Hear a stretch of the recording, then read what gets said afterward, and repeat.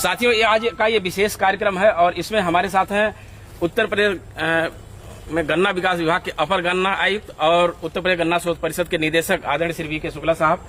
और ये विशेष कार्यक्रम किसान भाइयों आपको जागरूक करने के लिए ही ये बनाया जा रहा है और दिखाया जा रहा है, क्योंकि गन्ना किस्म जो 11015 है या PV 95 है, उसको लेकर के किसानों में बहुत ही भ्रम की स्थिति है। और यहाँ पे उसी को देखते हुए गन्ना विकास विभाग द्वारा निदेशक महोदय के अंडर में ये एक्सपेरिमेंट लगाया गया है, सिर्फ आपको ये दिखाने के लिए कि जब 11015 हम यहाँ लगाते हैं, उसमें परीक्षण करते हैं और उसमें जो रेड राट का स्ट्रेन है वो डाला जाता है तो क्या स्थिति आती है। तो हमारे साथ हैं पादप रोग वैज्ञानिक डॉक्टर सुजीत प्रताप, ये आपको बताएंगे कि किस तरीके से इसमें ये लक्षण दिखाई पड़ रहा है। नमस्कार कृषक भाइयों, अभी आप खड़े हैं CO 11015 के प्लॉट पे। आप ये देख रहे होंगे, ये 4-5 लाइन का जो हार्वेरियम तैयार किया गया है, ये 11015 का है। निदेशक सर के आदेश से हम लोगों ने इसमें, चूंकि इसमें रेड राट की कुछ शिकायत थी, इसकी पुष्टि के लिए उत्तर प्रदेश गन्ना शोध परिषद शाहजहांपुर के पादप रोग अनुभाग के तहत ये एक्सपेरिमेंट किया गया। 1 साल का ये रिजल्ट दिखा रहा हूँ।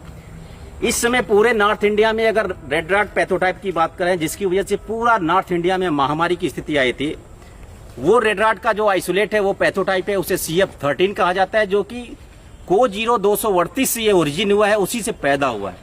इसलिए जो भी वैरायटी हमारे यहाँ से प्रजनक निकालते हैं, इस CF13 से जो फिल्टर करके अच्छे रिएक्शन देते हैं, अच्छा व्यवहार देते हैं, उस वैरायटी को आगे बढ़ाया जाता है। आप सभी लोगों के लिए रिलीज कराया जाता है आदरणीय आयुक्त महोदय के द्वारा।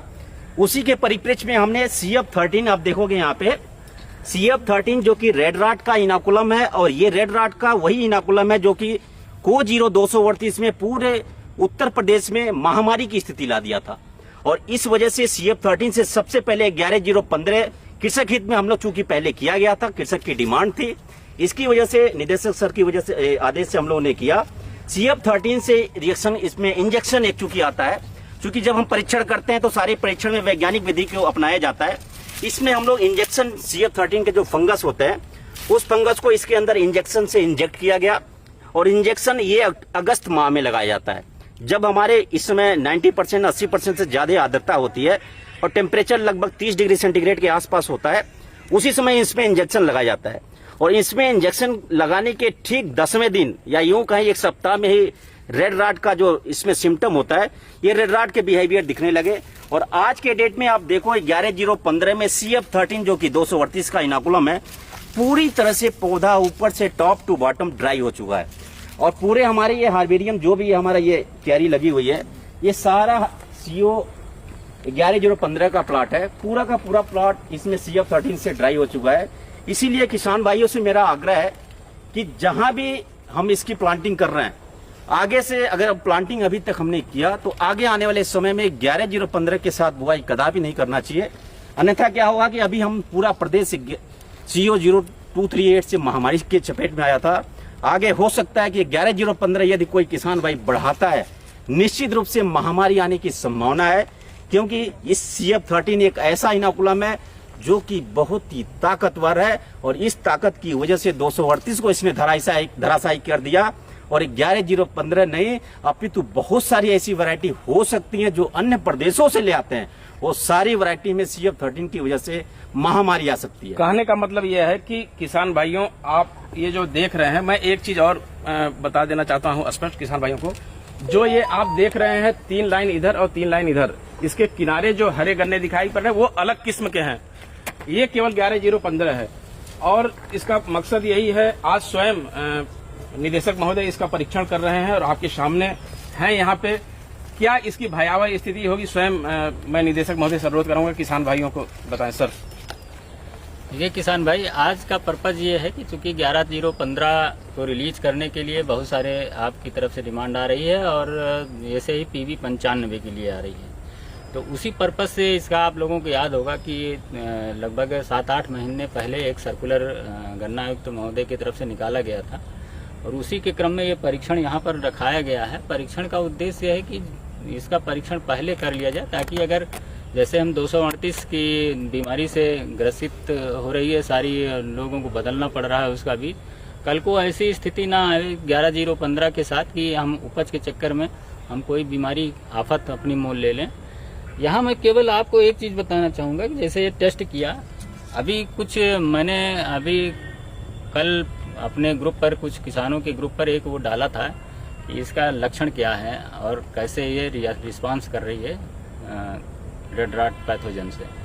तो उस पर कई सारे किसानों के कमेंट आए, कुछ अच्छे आए, कुछ निगेटिव कमेंट भी आए। तो मैं सिर्फ इसमें इतना कहना चाह रहा हूँ, बाकी तो आपकी मर्जी है, आपका खेत है, आपका पैसा है, आप जैसा चाहो वैसा करो। लेकिन ये जरूर ध्यान रखिए कि आपके खेत पर अगर कोई बीमारी नहीं आई है तो इसका मतलब ये नहीं है कि वो ससेप्टेबल नहीं है उस बीमारी से। जो हमारे शोध केंद्र पर कई लोगों के कमेंट आए थे कि शुक्र है कि शोध केंद्र पर आए, हमारे यहाँ नहीं आ रहे हैं। तो शोध केंद्र पर आने का कारण है कि हम उसका परीक्षण कर रहे हैं और उसको बाकायदा इनाकुलम इंजेक्ट कर रहे हैं। एक तो प्लग मेथड है और एक कॉटन स्वैब मेथड है। दोनों तरह से चेक किया कि उसमें कॉटन में फंगस को लगा करके और उस पर पौधे पर लगा देते हैं और दूसरा उसमें इंजेक्ट कर दें, जैसे अभी डॉक्टर सुजीत साहब ने बताया।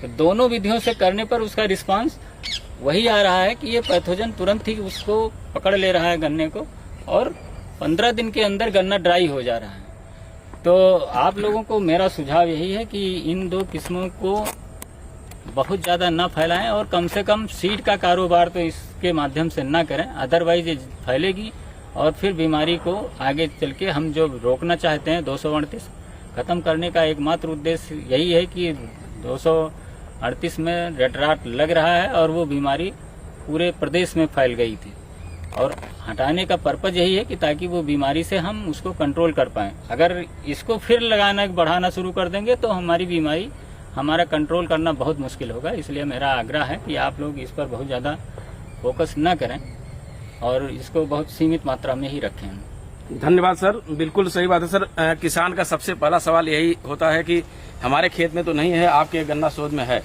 तो जैसा कि सर ने बताया कि हम यहाँ पे परीक्षण करते हैं, उसे इनाकुलेशन करते हैं, उसमें इंजेक्ट करते हैं फंगस को, तो इस वजह से तभी वैरायटियां रिलीज होती हैं। तो ये एक उद्देश्य था कि आपको इससे जागरूक किया जाए, इसकी भयावह स्थिति से आगे चल के आगे और कोई स्थिति ना हो जाए। बहुत बहुत धन्यवाद इस कार्यक्रम से जुड़ने के लिए। सभी किसान भाइयों को नमस्कार।